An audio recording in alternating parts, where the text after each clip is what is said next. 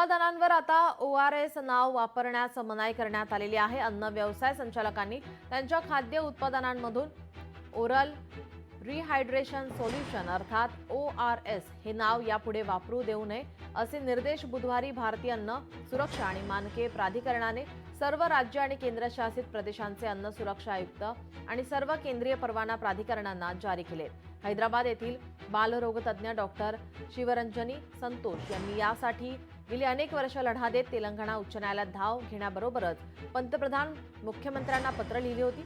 चेन्नईतील एका मधुमेहग्रस्त मुलाला निर्जलीकरणामुळे अतिदक्षता विभागामध्ये दाखल करण्यात आलं होतं। तत्पूर्वी त्याला उलट्यांचा त्रास झाल्याने टेट्रा पॅक मधून ORS देण्यात आलं होतं, परंतु रुग्णालयात दाखल झाल्यानंतर त्याची प्रकृती अधिकच गंभीर झाली।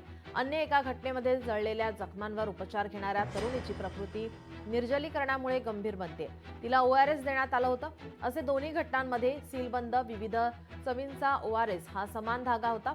गेल्या अनेक वर्षांपासून चिंताग्रस्त नातेवाईक, पालक आदींकडून समाज माध्यमात येणाऱ्या या घटनांचा बालरोग तज्ञ डॉक्टर शिवरंजनी संतोष अभ्यास करीत होत्या। डॉक्टर दिलीप महालानबिस यांनी शोध लावलेल्या खऱ्या ORS ऐवजी चवदार गोड पेय अतिसारेची लागण झालेल्या मुलांना सेवन करावे लागू नये हे या मागचं उद्दिष्ट होतं।